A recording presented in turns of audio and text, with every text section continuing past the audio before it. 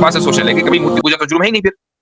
اور بچے کا ریپ کرنا یہ تو بہت بڑا جرم ہے جو کہ اس میں جسمانی طور سے ایک بچے کو نصیب کہ جسمانی بلکہ ایموشنل نقصان پہنچایا جا رہا ہے. انہوں نے کہا نا جی بس میں یہ دیکھنا آیا تھا. اچھا کیا ہوگا کہ اس کی شارٹ کلپ بنے گی پھر غیر مسلموں کے اندر چلے گی اور یہ کہا جائے گا کہ دیکھو مسلمان کیسے ہوتے ہیں وغیرہ وغیرہ. لیکن جی اچھا کیسے ہو جناب؟ جی بالکل ٹھیک. جی فرمائیے. ہاں جی میرا سوال یہ تھا مفتی صاحب آپ سے جی کہ مان لیجئے دو ویکتی مطلب دو آدمی بیٹھے ہوئے کوئی اپرادھ کر رہے ہیں. آپ مطلب اس چیز کا احساس کیجیے. مان لیجیے دو آدمی بیٹھے ہوئے اپرادھ کر رہے ہیں. ایک ویکتی تو مورتی پوجا کر رہا ہوا بیٹھا اور ایک ویکتی بیٹھا ہوا کسی بچے کا بلاತ್ಕಾರ کر رہا ہے. تو کون سا اپرادھ بڑا ہے؟ مورتی پوجا. بس یہ دیکھنا تھا جی. دھنیہ واد مفتی صاحب.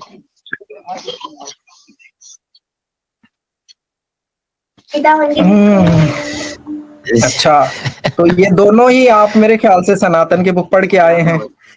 ایک آپ نے پراسر اسمرتی پڑھ لی اور دوسرا جو ہے آپ نے وہ کیا نام ہے اس کا میمانسا درشن پڑھ لیا یا پھر کوئی اور پڑھ لی مہابھارت وغیرہ پڑھ لی. دونوں کتابیں پڑھ لی آپ نے لگتا ہے اور سوال کا جواب ہم سے لینے آ گئے. ہاں نہیں وہ تو خیر چلے. ترکشیل صاحب تو چلے گئے. اصل میں اس کو تھوڑا سا تفصیل سے میں بس سمجھا دوں. اگرچہ بیک سٹیج ہے لیکن ابھی لینے کی ضرورت نہیں ہے unless if he has a further question. دیکھیں جب یہ ہوتی ہے بات کہ مثلا ایک سینیریو بتایا گیا بھائی دو آدمی اپرادھ کر رہے ہیں. ایک آدمی مورتی پوجا کر رہا ہے اور دوسرا کسی بچے کا بلاತ್ಕಾರ کر رہا ہے. تو کون سا اپرادھ یا کون سا جرم زیادہ بڑا ہے؟ تو ایک انسان کی نظر سے اگر آپ دیکھیں تو ایسا ہی لگے گا کہ مورتی پوجا کرنا تو کون سی بڑی بات ہے بھائی. کسی کو نقصان تو نہیں پہنچا رہا نا وہ. اچھا جو آدمی کسی بچے کا بلاತ್ಕಾರ کر رہا ہے اس کا ریپ کر رہا ہے یہ کسی کو نقصان پہنچا رہا ہے. تو ایک جرم میں دوسرے کو نقصان پہنچایا جا رہا ہے دوسرے جرم میں کسی کو نقصان نہیں پہنچایا جا رہا ہے. تو وہ جرم کے جس میں کسی کو نقصان نہیں پہنچایا جا رہا وہ چھوٹا ہوگا اور جو نقصان والا جرم ہے جس میں دوسرے کو نقصان پہنچایا جا رہا ہے وہ بڑا جرم ہوگا. لیکن اسلام میں اس کا الٹا کہہ دیا جاتا ہے. انہوں نے کہا نا جی بس میں یہ دیکھنے آیا تھا. اچھا کیا ہوگا کہ اس کی شارٹ کلپ بنے گی پھر غیر مسلموں کے اندر چلے گی اور یہ کہا جائے گا کہ دیکھو مسلمان کیسے ہوتے ہیں وغیرہ وغیرہ. لیکن بات یہ ہے کہ وہ تمام لوگ جو اس وقت پوسٹ کلونیلزم کا یا جو الفاظ میں استعمال کرتا ہوں ان کے پیچھے پوری ایک لاجک ہوتی ہے. تو یہ ذہن میں رکھیں کہ وہ تمام لوگ جو پوسٹ کلونیلزم کا شکار ہیں جو مغربی تہذیب کی غلامی اختیار کر چکے ہیں. اور مجھے افسوس کے ساتھ یہ کہنا پڑتا ہے کہ ہمارے ہندو بھائیوں میں 99% وہی لوگ ہیں کہ جن کا سوچنے کا سمجھنے کا جو سٹینڈرڈ ہے وہ ان کا اپنا نہیں ہے وہ ویسٹ سے امپورٹ ہوا ہے.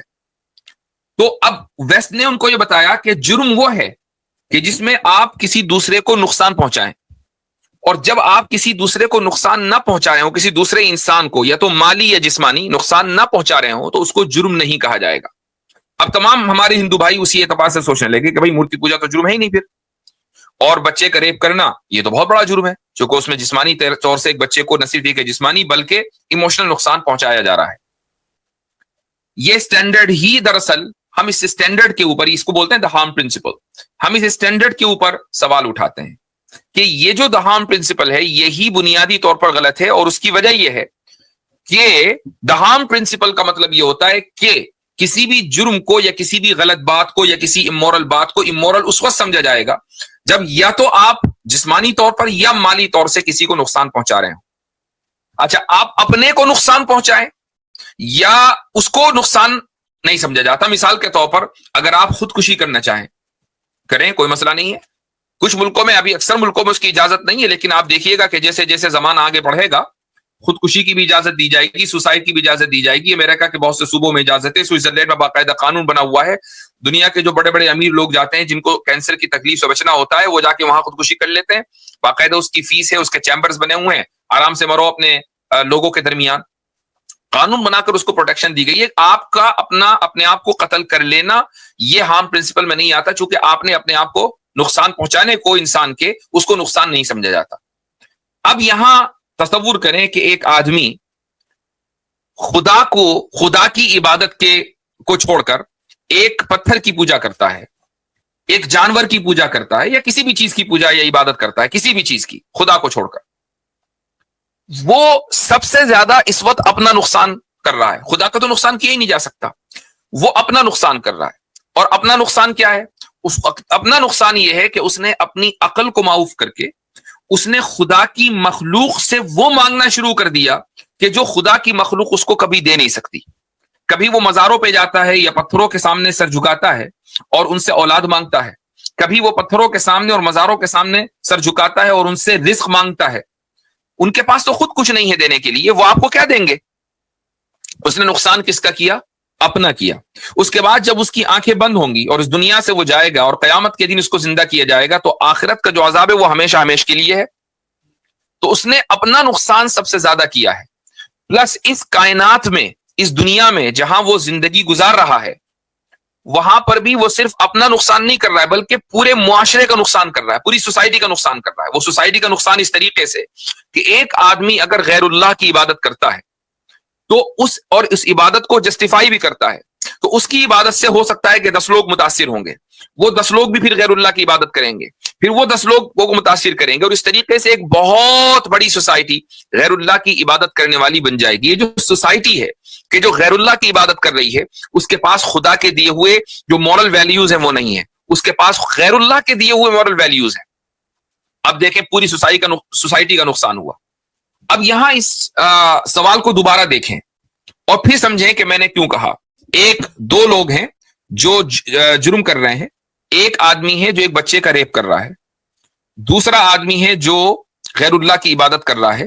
کس کا جرم زیادہ بڑا ہے؟ ہم نے کہا کہ غیر اللہ کی عبادت کرنے والے کا جرم زیادہ بڑا ہے. کیوں؟ نمبر 1, اس نے صرف اپنا نقصان, صرف یہ نہیں کہ کسی دوسرے کا نقصان نہیں کر رہا, وہ اپنا نقصان کر رہا ہے, وہ بھی بہت بڑا نقصان ہے. Point number 1. پوائنٹ نمبر 2, وہ پوری سوسائٹی کو متاثر کر رہا ہے اور اس عمل کو گلوریفائی کر کے پوری سوسائٹی کو یہ بتا رہا ہے کہ یہ بھی ایک طریقہ عبادت ہے. اور پھر یہ پوری سوسائٹی جب غیر اللہ کی عبادت کرنے کی عادی ہو جائے گی تو ان کی جو مورل ویلیوز ہیں وہ غیر اللہ دے گا, اللہ نہیں دے گا. ٹھیک ہے, اس طرح پوری سوسائٹی آہستہ آہستہ کرپٹ ہو جاتی ہے over the period of time. Versus a man جو ایک بچے کا ریپ کر رہا ہے, سوسائٹی کو وہ بھی متاثر کر رہا ہے, لیکن جب سوسائٹی اس عمل کو دیکھتی ہے